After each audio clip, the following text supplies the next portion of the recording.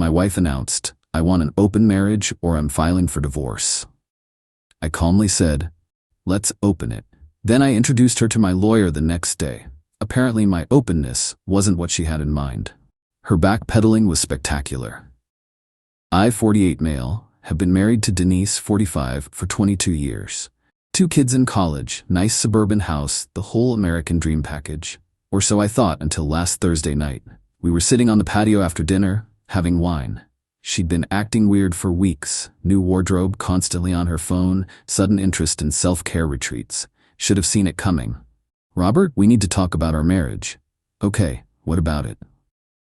"I feel like we've become roommates. I need passion, excitement. I need to feel alive again." "So, therapy? A vacation?" "No, I want an open marriage." I literally choked on my wine. "Excuse me?" "I've been reading about it, ethical non-monogamy. It could save us. We stay married but explore connections with other people." Me. "And if I say no?" Her face hardened. "Then I want a divorce. I've already talked to some lawyers. I know my rights. Half of everything. Alimony. The house since the kids grew up here. I'm not bluffing, Robert." The entitlement in her voice was staggering. She'd already researched divorce lawyers? This wasn't a discussion. It was an ultimatum. "You've thought this through." "I have. Look, you can date too. It's fair. We both get to explore while keeping our family unit intact." "Who is he?" "What? The guy you want to sleep with. This isn't hypothetical. You have someone lined up." She had the audacity to look offended. "That's not. It's about us, not anyone else." "Denise," she sighed. "His name is Garrett, from my CrossFit gym, but nothing's happened. That's why I'm talking to you first. I'm being ethical." Ethical. She wanted a medal for not cheating yet. I stood up, surprisingly calm. 22 years of marriage flashing before my eyes. Building our first house, her crying at our daughter's graduation, Sunday pancakes, and now this. Me. Okay, let's open it." Her face lit up. "Really? Oh, Robert, I knew you'd understand. We can set boundaries, rules. Meet no rules, wide open, starting tomorrow." She blinked, surprised but pleased. "Tomorrow? That's fast. Why wait? You want open? We'll be open." She actually hugged me. "You won't regret this. It'll make us stronger." I didn't hug back, just said I was tired and went to bed in the guest room. She was too excited to notice the coldness in my voice. Spent the whole night on my laptop. Emails, documents, screenshots. By 4 a.m., I had a plan. Update 1 Friday morning came quick. Denise was practically glowing at breakfast, probably texting Garrett already. "Denise, so I was thinking we should establish some ground rules, like no bringing people to the house, always use protection." "Actually, I have a lunch meeting today." "A work thing?" "No, a date." She stopped mid-bite of her toast. "Already? With who?" "You'll meet her at dinner." I invited her over. "You what?" "Robert, we agreed no bringing people home." "No, you suggested that 5 seconds ago. I said no rules, remember? Wide open." Her jaw tightened. "Fine, who is she?" "Me, you'll see. 7 o'clock. Left her sputtering and drove to my actual destination, my brother Alan's law firm. Not for divorce papers, for something better. Alan specializes in family law, but also does contracts. We spent 3 hours drafting an absolutely bulletproof, open marriage agreement. Every detail spelled out. Both parties consent to non-monogamous relationships. All marital assets remain separate from any new relationships. No marital funds can be spent on other partners. Either party can terminate the agreement with 30 days' notice. If terminated, standard divorce proceedings apply. Both parties waive rights to claim adultery as grounds for divorce. Detailed financial disclosures required monthly. The kicker? A clause stating that whoever initiates divorce within 1 year of signing forfeits claims to alimony. Alan looked at me over his glasses. "This is brutal, Rob." Me. "She wanted to play. Let's establish the rules properly." That evening, Denise was a nervous wreck. She'd changed outfits 3 times, cleaned obsessively. Garrett was forgotten. She was too focused on who I was bringing home. Doorbell rang at 7 p.m. sharp. I opened it to Rebecca Thornton, Alan's senior partner. 62 years old, silver-haired, wearing a power suit that probably cost more than our mortgage payment. Me, Denise, meet Rebecca. Denise's face was priceless, relief mixed with confusion. "Oh, nice to meet you.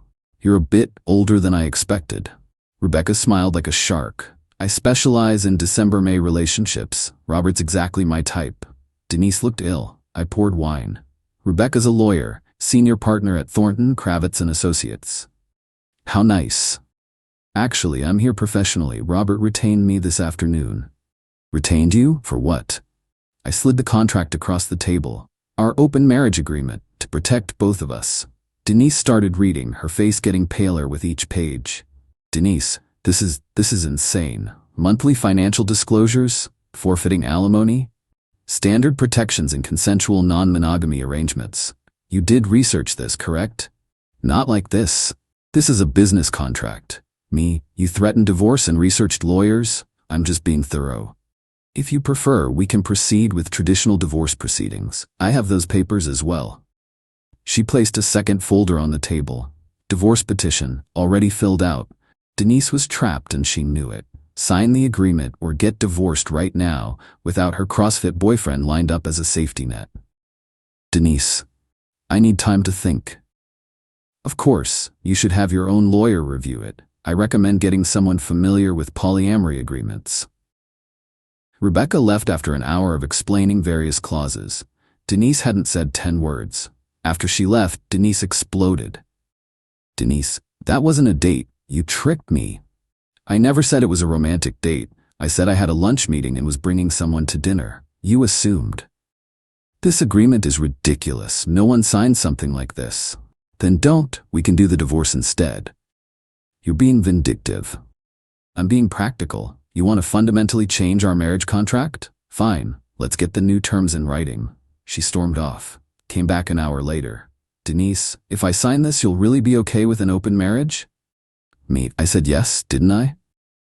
She stared at me suspiciously, but couldn't find the trap, because there wasn't one. Not exactly. Update 2. Weekend was tense. Denise took the agreement to a lawyer friend who told her it was aggressively favorable to me, but legally solid. The alimony forfeiture clause especially bothered her, but her friend confirmed it would hold up. Monday morning she signed it. Thought she was calling my bluff. Denise, there? Happy? Now we can move forward like adults. Perfect. I already joined a dating app. That was true. What I didn't mention was which one. See, Denise assumed I'd struggle. 48-year-old accountant, dad bod, boring with time. Robert would strike out while she lived her hot girl summer with Garrett the CrossFit instructor.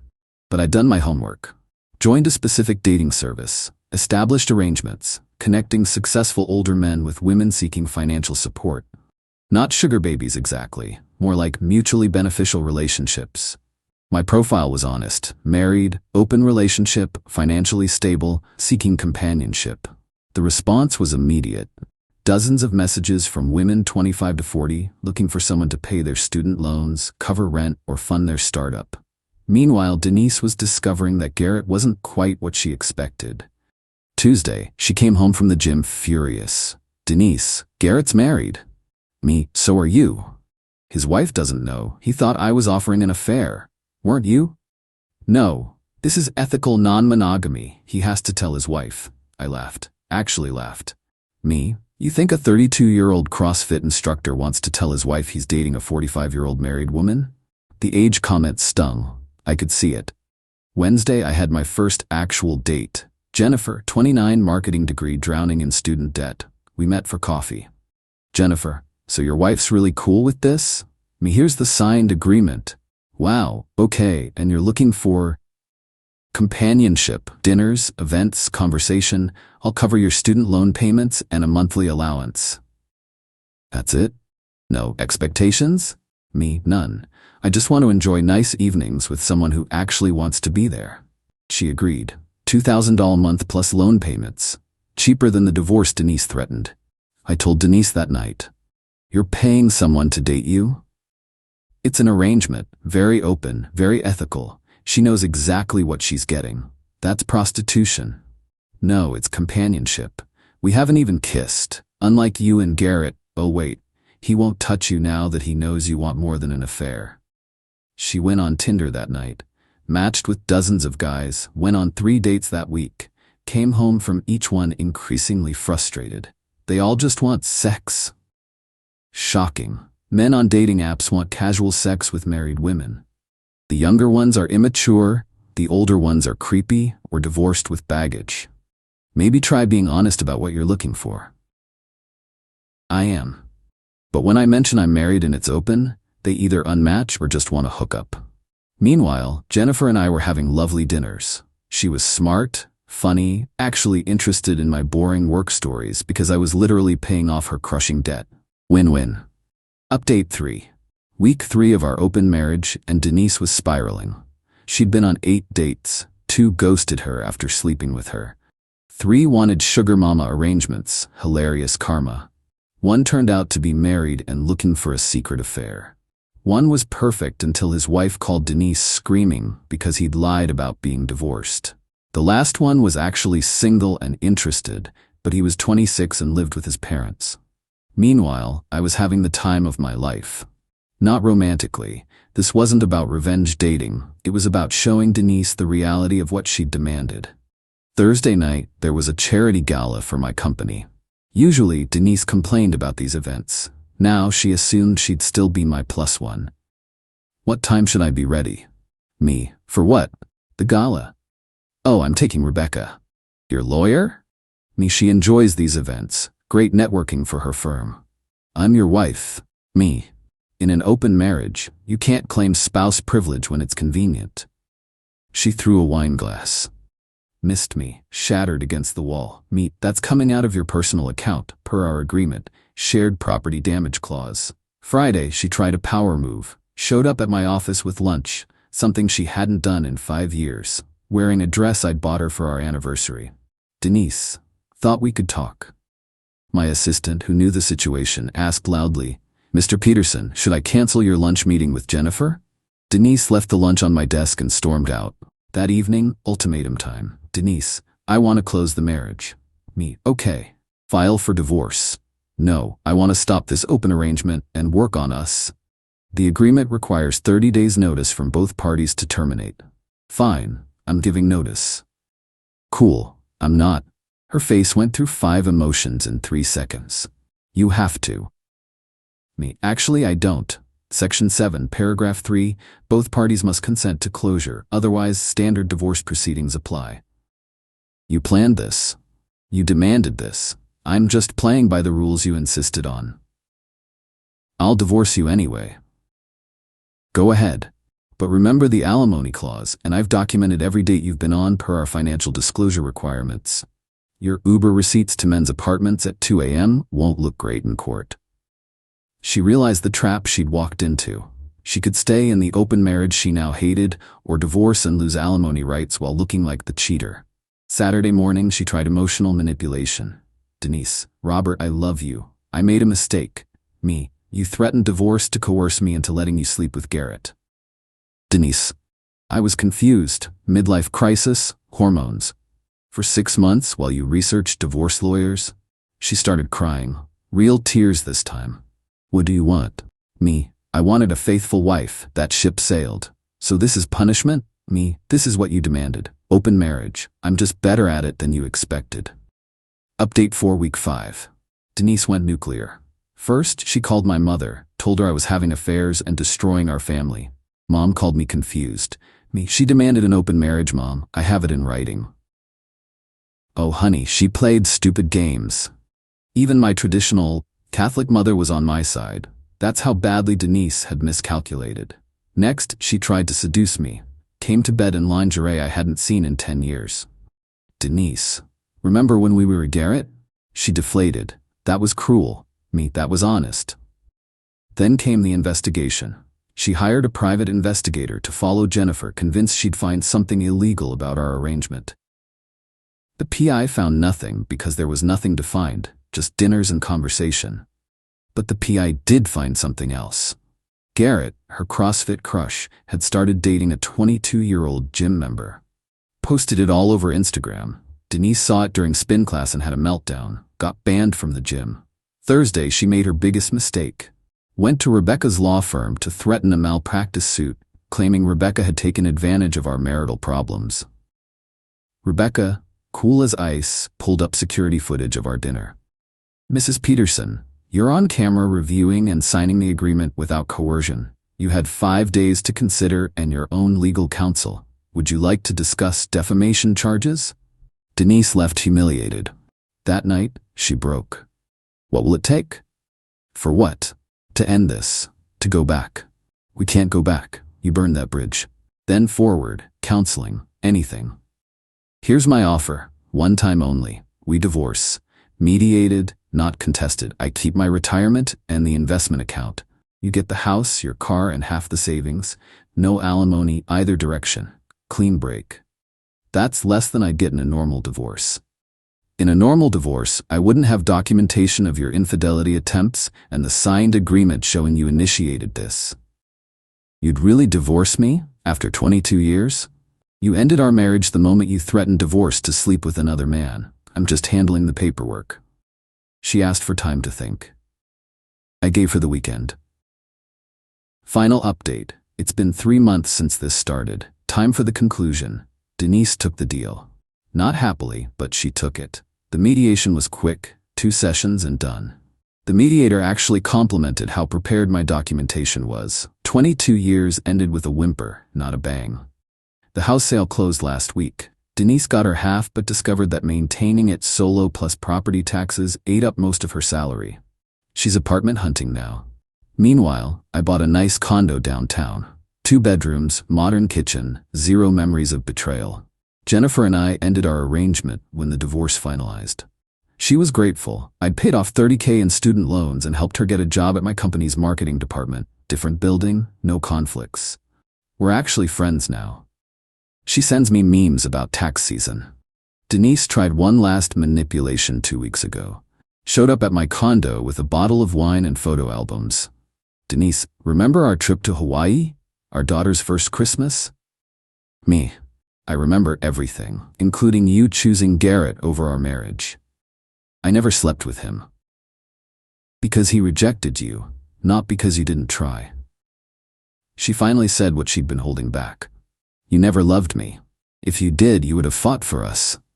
I loved you for 22 years. You loved me until someone with better abs showed interest. This isn't how it was supposed to go. You thought I'd be desperate to keep you, that I'd agree to anything. Classic middle-aged guy, grateful for whatever scraps his wife threw him. That's not. It's exactly what you thought. You'd sleep around while I waited at home, funding your lifestyle. When you got it out of your system, we'd close the marriage and pretend it never happened. Her silence confirmed everything. Instead, you discovered that Garrett wasn't interested in a relationship, that men your age want younger women or easy affairs, that dating at 45 is brutal, and that I had more options than you imagined. Denise, so you admit this was revenge. This was consequences. You wanted an open marriage as a threat. I gave you exactly what you asked for, just not how you pictured it. She left the photo albums. I threw them in the recycling. Yesterday, I ran into Garrett at a coffee shop. He tried to bro-nod me. I ignored him. His young girlfriend asked who I was. He said nobody. Accurate. Denise, according to mutual friends, is on dating apps again. This time honestly single. She's struggling. The men her age want younger women or casual only. The good ones are taken. The available ones have their own baggage. Welcome to reality. My kids know the basics. Mom wanted to change the marriage, Dad disagreed, we divorced. They're adults, they figured out the rest. My daughter actually said, Dad, you're happier now. She's right. Started actual dating last month. Met a woman named Carol through a hiking group. She's 44, divorced 5 years ago when her ex had an affair. We bond over betrayal humor. She saw the open marriage agreement. I kept a copy as a reminder and laughed so hard she cried. Carol, you really made her sign this? She insisted on opening the marriage. And you opened it. Wide. We're taking it slow. Very slow. Trust issues on both sides. But she makes me laugh, doesn't have a CrossFit instructor on the side, and thinks my dad bod is cuddly. The revenge wasn't dramatic. It was methodical. Denise wanted to have her cake and eat it too. Instead, she discovered the cake was stale, the bakery was closed, and I'd already moved on to pie. She gambled our entire marriage on the assumption that I had no options and no spine. She lost everything because she couldn't imagine a world where I wasn't desperately grateful for whatever she offered. The funniest part? If she'd just asked for counseling, admitted she was bored, we probably could have worked it out. But she went nuclear with threats and ultimatums. So I went nuclear right back, just with better lawyers and documentation. To everyone saying I was too harsh, she literally threatened to destroy my financial future if I didn't let her sleep with other men. What would you have done? Now I wake up in my quiet condo, make coffee without anyone complaining about the smell, and actually feel peace. No walking on eggshells, no wondering if she's texting Garrett, no pretending everything's fine. Worth every penny of those student loan payments to Jennifer. Worth every awkward mediation session. Worth the 22 years we lost. Because the look on Denise's face when she realized she'd played herself? That memory alone keeps me warm at night. She wanted an open marriage. I gave her one. Not my fault she couldn't handle what she wished for.